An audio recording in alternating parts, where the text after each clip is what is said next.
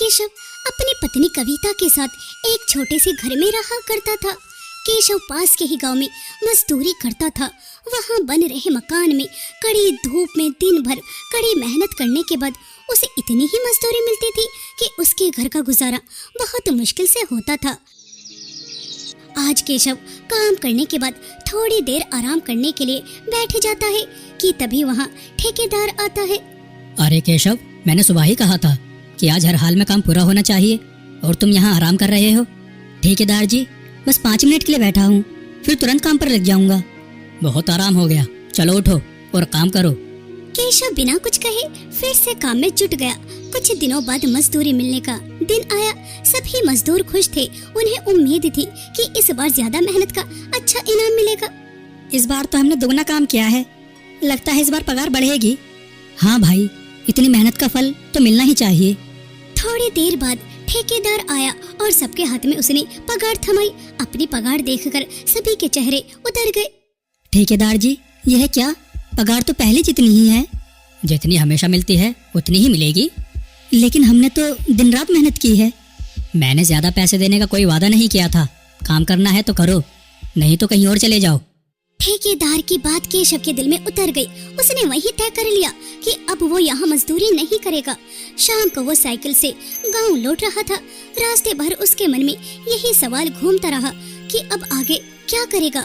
गांव के चौराहे पर पहुँचते ही उसकी नजर सोनू चिकन बिरयानी के ठेले पर पड़ी। बड़े भगोने से उड़ती खुशबू दूर दूर तक फैल रही थी और ग्राहकों की भीड़ लगी हुई थी।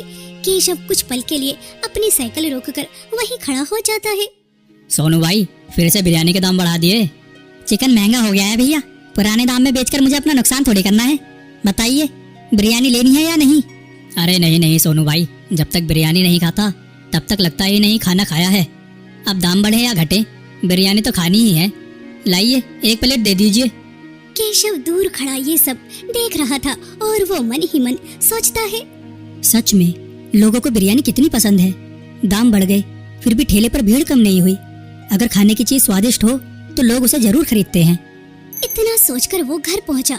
उसके उदास चेहरे को देखकर कविता समझ गई कि कुछ बात जरूर है। क्या हुआ जी? सुबह तो बड़े खुश होकर गए थे और अब आपके माथे पर चिंता की लकीर है। केशव ने सारी बात विस्तार से कविता को बताई। मैं अब वहाँ काम नहीं करूँगा, कहीं ऐसी जगह काम करूँगा जहाँ मेहनत की सही कीमत मिले। अब क्या करने का सोचा है? अभी तो कुछ नहीं सोचा। कल घर से निकलूंगा तो देखता हूँ कि किस्मत में क्या लिखा है। अगली सुबह केशव काम की तलाश में कई जगह भटका, लेकिन कहीं काम नहीं मिला। जहाँ मिला भी वहाँ मजदूरी पहले से कम थी। थका हारा वो शाम को गांव लौट रहा था कि तभी पीछे से किसी ने आवाज लगाई। अरे केशव, रुको। केशव ने पीछे मुड़कर देखा। सामने उसका बचपन का दोस्त रमेश खड़ा था। क्या बात है भाई, बहुत दिन बाद नजर आए हो और यहाँ क्या कर रहे हो? क्या बताऊँ रमेश, किस्मत साथ ही नहीं दे रही। जहाँ काम करता था वह छूट गया। नई जगह काम नहीं मिल रहा और जहाँ मिलता है वहाँ मजदूरी बहुत कम है। समझ नहीं आता कि घर कैसे चलेगा। खैर मेरी छोड़ो, तुम बताओ तुम्हारा काम धंधा कैसा चल रहा है? इस बार मैंने अपने खेत में कटहल की खेती की थी और बहुत अच्छी पैदावार भी हुई है। सभी पेड़ों पर बहुत अच्छे अच्छे कटहल लगे हुए हैं। बहुत अच्छा लगा सुनकर। आखिर तुम्हारी मेहनत का फल तुम्हें मिल ही गया। और सुन, कभी किसी चीज की जरूरत पड़े तो अपने इस दोस्त को कभी मत भूलना। जितना बन पड़ेगा मैं जरूर साथ दूंगा। केशव अपनी दोस्त की तरक्की से खुश होता है और फिर वो कुछ देर के लिए चुप हो जाता है और गहरी सोच में डूब जाता है। अचानक उसकी आंखों के सामने सोनू की बिरयानी का ठेला और वहाँ लगी भीड़ घूमने लगी। कुछ पल सोचने के बाद उसके चेहरे पर हल्की मुस्कान आई। रमेश, अभी तुमने कहा कि तुम्हारे पेड़ों पर अच्छे कटहल लगे हुए हैं। क्या तुम मुझे उधार कटहल दे सकते हो? मैं जल्दी ही तुम्हारे पैसे लौटा दूंगा। अरे केशव, पैसों की कोई बात नहीं है, जब हो तब दे देना। लेकिन ऐसे तुम कितने कटहल लोगे जो तुम्हें उधार लेने की जरूरत पड़ रही है? हमारे गांव के चौराहे पर सोनू की चिकन बिरयानी हमेशा बिकती रहती है। आज अचानक मेरे मन में एक विचार आया, क्यों ना मैं चिकन की जगह कटहल की बिरयानी बनाकर बेचूं। स्वाद भी अलग होगा, कीमत भी कम होगी। अरे वाह केशव, यह तो बहुत बढ़िया सोच है। कटहल का स्वाद और बनावट भी काफी हद तक चिकन जैसी ही लगती है। मैं तुम्हें अपने खेत के सबसे अच्छे कटहल दूंगा। रमेश की बात सुनकर केशव के चेहरे पर मुस्कान आ जाती है। रमेश केशव को अपने खेत में ले गया। खेत के चारों तरफ हरे भरे पेड़ों पर बड़े बड़े कटहल लटक रहे थे। रमेश ने सबसे नरम और अच्छे कटहल चुनकर केशव की साइकिल पर रख दिए। शुरुआत के लिए इतने कटहल काफी हैं। अगर काम अच्छा चलेगा तो जितने चाहिए ले जाना, पैसों की चिंता बिल्कुल मत करना। भाई, जैसे ही कमाई होगी सबसे पहले तुम्हारे पैसे ही लौटाऊंगा। हाँ, जल्दी से गांव में कटहल बिरयानी का ठेला लगाओ। मैं जल्दी ही तुम्हारी कटहल बिरयानी खाने आऊंगा, ठीक है? केशव मुस्कुराते हुए कटहल लेकर अपने घर लौट आया। घर पहुंचते ही कविता ने साइकिल पर रखे इतने सारे कटहल देखे तो हैरानी से बोली, अरे इतने सारे कटहल। केशव खुश होते हुए रास्ते में हुई पूरी बात उसे बताई।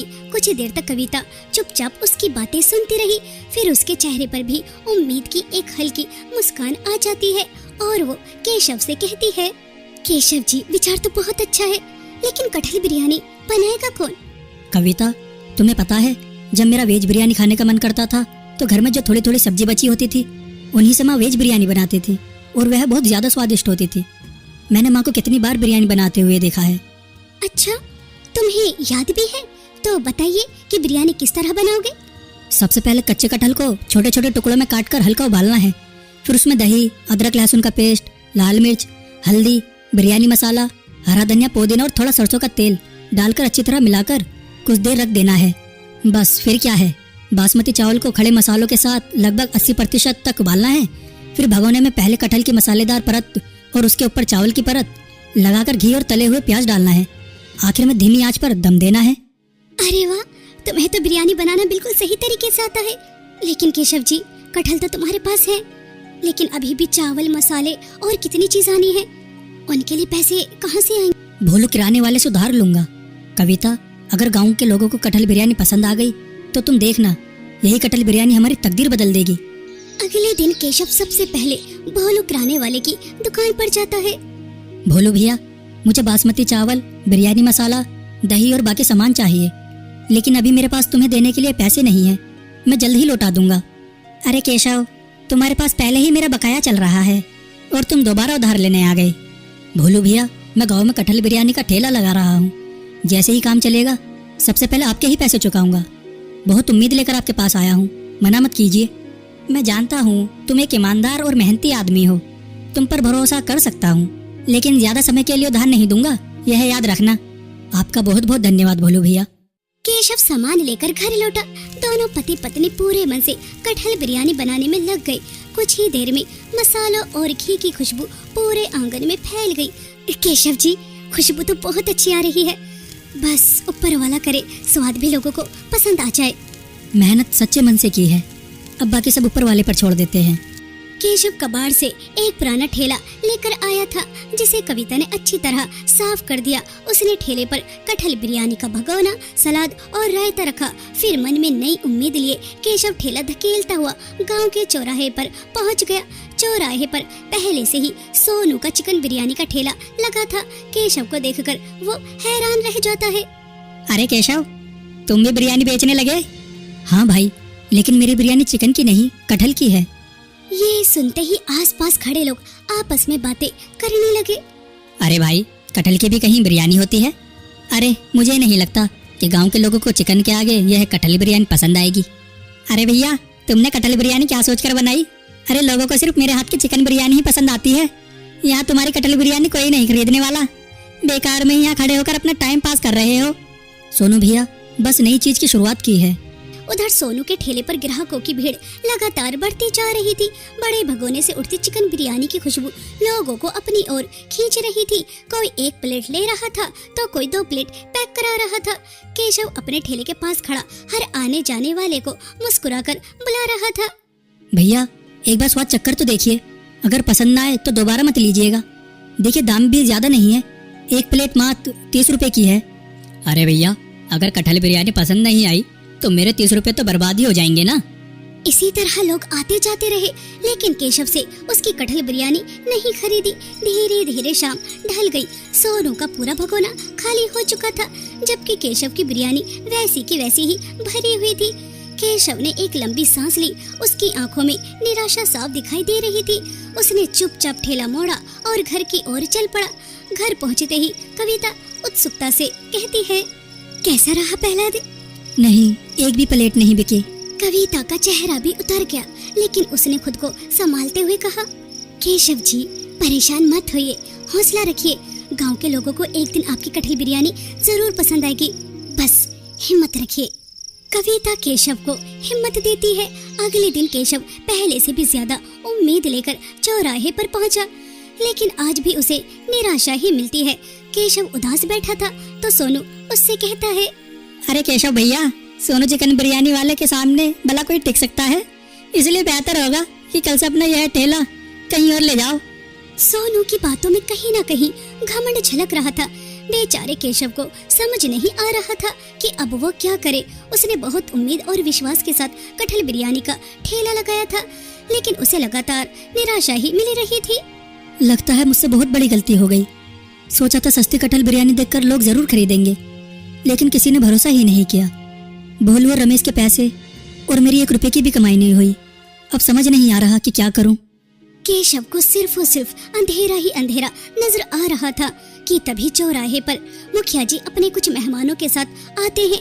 हमारे मेहमान पूरी तरह शाकाहारी हैं। इन्हें गांव का कोई अच्छा और अलग स्वाद चखाना है। इतना कहते ही उनकी नजर केशव के ठेले पर लिखे बोर्ड पर पड़ी। अरे कटहल बिरयानी, यह तो पहली बार देख रहा हूँ। क्या इसका स्वाद भी चिकन बिरयानी जैसा है?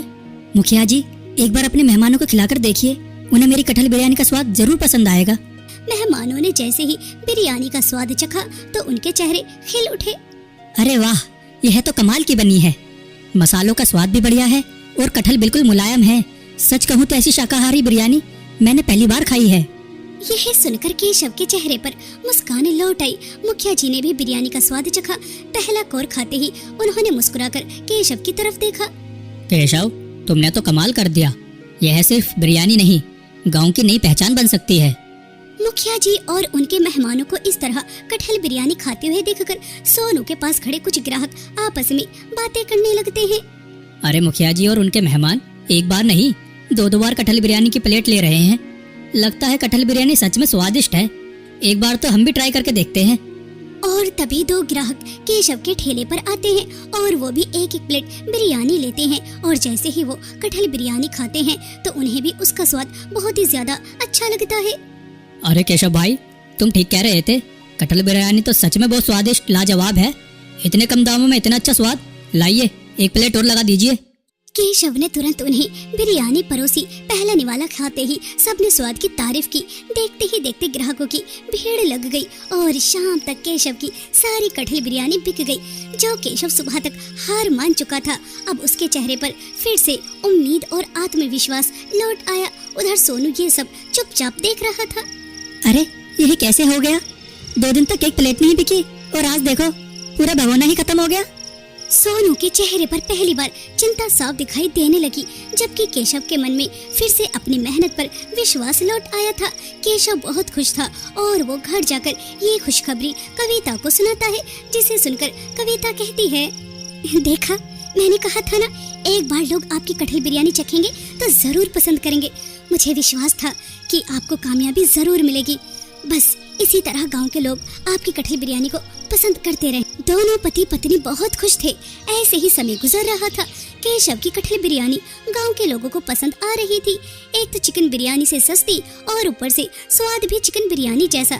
इसलिए गांव के लोग अब सोनू चिकन बिरयानी वाले से नहीं बल्कि केशव कटहल बिरयानी वाले से बिरयानी खरीदने लगे थे। जल्द ही केशव भोलू किराने वाले के सारे पैसे चुका देता है और अपने दोस्त रमेश के पैसे भी चुका देता है। एक दिन रमेश उसकी कटहल बिरयानी खाने उसके गांव आता है। केशव, मुझे पहले से ही भरोसा था कि एक दिन तुम्हारी मेहनत जरूर रंग लाएगी। आज तुम्हारी सफलता देखकर सच में बहुत खुशी हो रही है। रमेश, बिरयानी तुम्हारी कटहल की वजह से ही स्वादिष्ट बनती है। तुमने अपने खेत से सबसे अच्छे कटहल मुझे दिए। यह लो, स्वादिष्ट कटहल बिरयानी खाकर बताओ कैसी है। केशव रमेश को 1 प्लेट कटहल बिरयानी देता है, जिसे खाकर रमेश भी बहुत तारीफ करता है। धीरे धीरे सोनू का काम कम होने लगा। गांव के लोग चिकन बिरयानी से ज्यादा कटहल बिरयानी पसंद कर रहे थे। सोनू को ज्यादा लागत आ रही थी और बचत कम हो रही थी। पहले गांव के लोग सिर्फ मेरी बिरयानी खरीदते थे, लेकिन अब केशव की सस्ती और स्वादिष्ट कटहल बिरयानी ने मेरा सारा धंधा बिगाड़ दिया। मेरी बचत भी नहीं निकल रही। इस केशव का तो कुछ करना पड़ेगा। इस तरह हाथ पर हाथ रखकर तो मैं बैठ नहीं सकता। सोनू केशव की बढ़ती तरक्की देखकर मन ही मन जल रहा था। वो चाहता था कि गांव के लोग केशव की कटहल बिरयानी पसंद ना करें, इसलिए उसने एक योजना बनाई। अगले दिन केशव अपना ठेला लेकर चौराहे पर आया। जैसे ही केशव किसी काम से इधर उधर गया, तभी मौका देखकर सोनू ने उसकी कटहल बिरयानी में चुपके से ज्यादा नमक मिला दिया। जब ग्राहकों ने केशव की बिरयानी खाई तो वो कहने लगे, अरे केशव भाई, 4 दिन तो तुमने बहुत अच्छी कटहल बिरयानी खिलाई, लेकिन आज देखो इसमें कितना ज्यादा नमक है। लगता है बिल्कुल भी ध्यान नहीं दिया। छोड़ो, सारा मूड ही खराब हो गया। मैं तो सोनू की चिकन बिरयानी खाऊंगा। इस बिरयानी के लिए तो मैं 1 रुपया भी ना दूं। 1-2 ग्राहकों को वापस जाते हुए देखकर बाकी ग्राहक भी केशव के पास बिरयानी खरीदने नहीं आए और सीधे सोनू की चिकन बिरयानी खरीदने चले गए। केशव को समझ नहीं आ रहा था आखिर ये सब कैसे हुआ। ऐसा कैसे हो सकता है? यहाँ लाने से पहले मैंने बिरयानी को चखा था, बिल्कुल ठीक थी। केशव परेशान था और उधर सोनू अपने पास दोबारा ग्राहकों को आता हुआ देखकर मन ही मन खुश हो रहा था। चला था गाँव के लोगों को सस्ती और अच्छी बिरयानी खिलाने।